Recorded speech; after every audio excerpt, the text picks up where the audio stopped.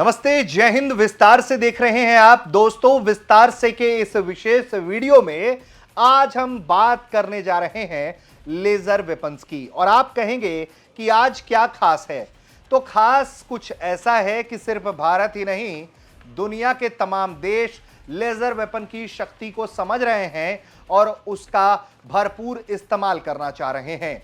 तो आखिर देश दुनिया में लेजर वेपन्स का क्या हाल है, इस पर बात करेंगे। भारत ने जो तकनीक डेवलप की है उस पर बात करेंगे और साथ ही बात करेंगे कि अमेरिका, चीन के पास क्या है लेजर वेपन कैटेगरी में, और इस लेजर वेपन सेक्शन से जुड़ी हुई जो सबसे ताजा खबर है वो क्या है, जिसको लेकर आप सवाल पूछ सकते हैं कि भाई भला आज इस विषय पर क्यों बात कर रहे हैं आप।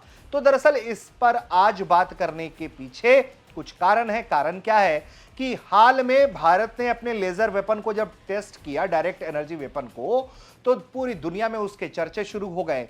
और अब फ्रांस से एक ऐसी तस्वीर सामने आई है जिसने युद्ध के मैदान में एक नया मोर्चा खोलने का ऐलान कर दिया है, या वॉर्स के वक्त में इस तरह की तकनीक का इस्तेमाल बड़ा तहलका मचा सकता है। ऐसे में इस पर बात करेंगे। सबसे पहले तो फ्रांस ने क्या दिखाया है, सबसे पहले उस पर बात कर लेते हैं। दरअसल एक तस्वीर सामने आई है जिसको लेकर बताया जा रहा है कि ये हेल्मा एलपी है। ये एक शक्तिशाली लेजर राइफल है जो विशेष रूप से सामरिक मिशनों के लिए डिजाइन किया गया है। यह प्रणाली एक बैकअप में रखी गई रिचार्जेबल बैटरी से चलती है जो 60 सेकंड तक लगातार फायर कर सकती है।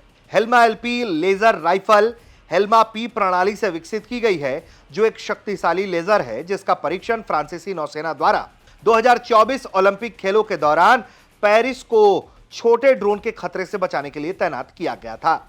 लेजर राइफल AR-15 प्लेटफॉर्म से यह प्रेरित है, जो 2 केबल के माध्यम से 15 केजी के बैकअप से जुड़ा है, जिसमें रिचार्जेबल बैटरी है। हालांकि बैटरी से जुड़े तकनीक का बहुत ज्यादा खुलासा नहीं हुआ है, लेकिन हेल्मा एलपी पारंपरिक लेजर सिस्टम से अलग है, जो मुख्य रूप से उड़ते ड्रोन को नष्ट करने के लिए डिजाइन किए गए हैं।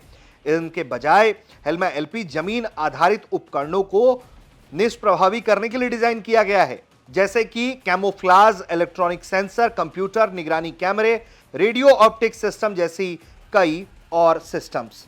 अगर हेल्मा एलपी के विशेषताओं और उपयोगिताओं की बात करें तो हेल्मा एलपी की स्टेल्थ विशेषता इसे विशेष ऑपरेशन के लिए उपयुक्त बताती है, जहां आप इसका बखूबी इस्तेमाल कर सकते हैं और बिना पारंपरिक गोला बारूद पर निर्भर हुए इसके जरिए दुश्मन को भारी नुकसान पहुंचा सकते हैं।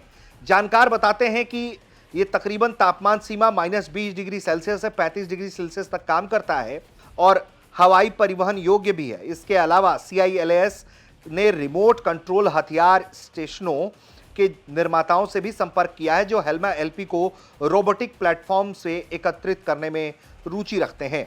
इस तरह के एकीकरण से सिस्टम के संभावित उपयोग का विस्तार हो सकता है, जिससे यह वाहनों या जमीन ड्रोन पर तैनात रिमोट या स्वायत्त सिस्टम के साथ एक साथ जुड़ सकता है, और जो कि बहुत खतरनाक सिस्टम बन सकता है। तो दोस्तों, ये थी कुछ खूबियां हेल्मा एमपी के बारे में जो फ्रांस के द्वारा दिखाई गई हैं। हाल के दिनों में एक प्रोटोटाइप बंदूक के रूप में ये दिखाई पड़ी है और इसीलिए इसको लेकर चर्चा हो रही है। और हाल ही में भारत ने क्या किया, तो भारत ने 30 किलोवाट के एक बड़े जो डायरेक्ट एनर्जी वेपन है लेजर सिस्टम, उसका इस्तेमाल किया। गाड़ी में इस पे ये माउंटेड था सिस्टम और उसके जरिए इसका इस्तेमाल किया गया।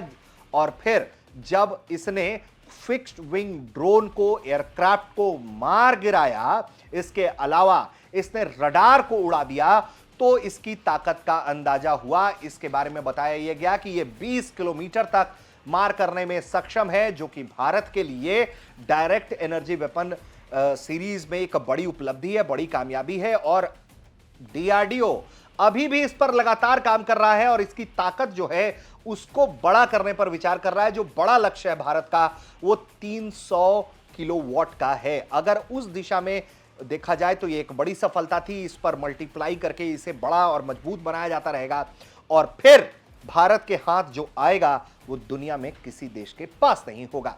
तो वीडियो में हमने आपको आज की खबर बता दी कि ये खबर क्या है जिसके कारण हम बात कर रहे हैं आज लेजर वेपन सिस्टम पर। इसके अलावा हमने आपको ये बता दिया कि भारत ने अभी हाल के दिनों में क्या किया है। और अब बात करते हैं कि दुनिया के तमाम देशों के पास इस कैटेगरी में क्या कुछ है। तो बात अगर हम सबसे पहले अमेरिका की करते हैं तो अमेरिका ने हाल ही में एक high energy laser with integrated optical dazzler and surveillance, जिसका अंग्रेजी में नाम हेलियोस बताया गया, उसके लेजर हथियार का प्रदर्शन किया। US centre for counter measures के अनुसार एक तस्वीर भी सामने आई जिसमें यह बताया गया कि अमेरिका के हेलियोस ने एक ड्रोन को मार गिराया है। इस हथियार को लॉकहीड मार्टिन ने अमेरिकी नौसेना के लिए विकसित किया है। हेलियोस फिलहाल 60 किलोवाट से अधिक की शक्ति पर काम करता है। भविष्य में इसे 120 किलोवाट से अधिक शक्ति पर विस्फोट करने में सक्षम होगा। इसके इंटीग्रेटेड ऑप्टिकल डैजलर दुश्मन को अस्थायी रूप से अंधा भी कर सकते हैं। इसके अलावा यह दुश्मन के जहाजों के मॉनिटरिंग सेंसर को भी निष्क्रिय कर सकता है और इससे रात में निगरानी की जा सकती है। तो ये तो थी बात अमेरिका की कि अमेरिका हेलियोस पर किस तरह से काम कर रहा है और हाल के दिनों में उसने क्या ताकत दिखलाया है। इसके अलावा कुछ और देश हैं जिस पर आपको जानना चाहिए। जाहिर तौर पर अगर भारत इस तरह की शक्ति में काम कर रहा है तो चीन कहां इससे पीछे छूटेगा। चीन लगातार दुनिया की आधुनिक सेनाई शक्ति जो है वो डेवलप कर रहा है और यही वजह है कि चीन ने भी इस तरह की शक्ति का प्रदर्शन किया है। दुनिया को जानकारी भी दी है कि चीन के पास भी इस तरह के लेजर वेपन सिस्टम्स हैं। तो चीन के पास क्या है, साल 2024 अगस्त का महीना, चीन ने भी अपने एक युद्धपोत पर लेजर हथियार लगाया। चीन की नौसेना ने अपने युद्धपोत टाइप 071 की मरम्मत के बाद इसमें नया लेजर हथियार इसका हिस्सा बना दिया। इसके पहले चीन ने जमीन पर लेजर हथियारों का इस्तेमाल किया था। चीन के ये लेजर हथियार अमेरिकी नौसेना के San Antonio class landing platform dock पर लगाए गए लेजर हथियार जैसे ही हैं। अमेरिका के जहाज पर लगे हथियार का नाम laser weapon system demonstrator MK2 MOD-0 है। चीन का सिस्टम युद्धपोतों और दूसरे जहाजों की छोटी नावों के झुंड और मानव रहित ड्रोन से सुरक्षित करने के लिए बनाया गया है। इसके अलावा भी चीन कई तरह के लेजर वेपन सिस्टम पर काम कर रहा है।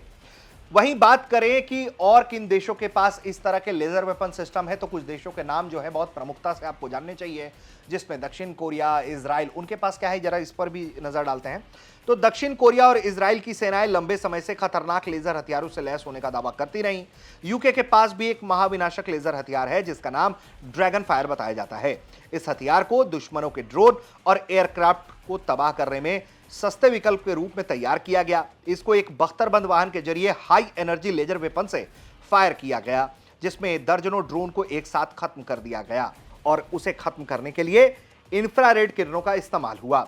ब्रिटेन के इस ड्रैगन फायर महाविनाशक अत्याधुनिक लेजर डायरेक्टेड एनर्जी वेपन के साल 2027 तक सेवा में लिए जाने की उम्मीद जताई जा रही है। वहीं रूस यूक्रेन युद्ध के बीच भी लेजर वेपन रखने का दावा यूक्रेन की तरफ से किया गया।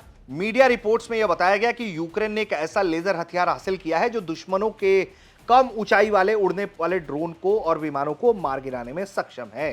हालांकि रूस भी इस मामले में पीछे नहीं है। उसके पास पेरिसोवेट नामक लेजर वेपन है जिसका नाम एलेक्जेंडर पेरिसोवेट के नाम पर रखा गया है। इसका वायु रक्षा और उपग्रह विरोधी युद्ध में इस्तेमाल किया जा सकता है। तो एक तो ये जानकारी है। इसके अलावा भी कई और तरह के लेजर वेपन सिस्टम है जिसका इस्तेमाल दुनिया के देश अलग अलग विषयों के लिए करना चाहते हैं। कुछ लेजर वेपन ऐसे भी तैयार किए जा रहे हैं जिसके जरिए उपग्रह को अंतरिक्ष में भी मारकर खत्म किया जा सके, ऐसी भी तैयारी की जा रही है और इस पर लगातार जो है वो काम भी दुनिया के अलग अलग देश कर रहे हैं। तो युद्ध के मैदान में लेजर वेपन जो है वो अब एक नया हथियार, नया प्रतिद्वंदी, नई परेशानी के तौर पर पूरी दुनिया के सामने खड़ा है। जो देश इसमें महारत हासिल करने की दिशा में तेजी से आगे बढ़ रहे हैं उनके लिए तो यह बहुत अच्छी और आश्वस्त करने वाली खबरें हैं, या फिर जिनके मित्र देश इस तरह के हथियार तैयार कर रहे हैं उनके लिए यह खबर है। लेकिन जिस देश की जिससे दुश्मनी है और उनके पास इस तरह के अगर हथियार नहीं है तो आने वाले दिनों में पारंपरिक हथियार से युद्ध लड़ना बहुत मुश्किल होने वाला है। हम उम्मीद करते हैं कि विस्तार से के इस वीडियो में लेजर वेपन पर हमारी ये बातचीत आपको पसंद आई होगी। आप देख रहे थे भारत तक।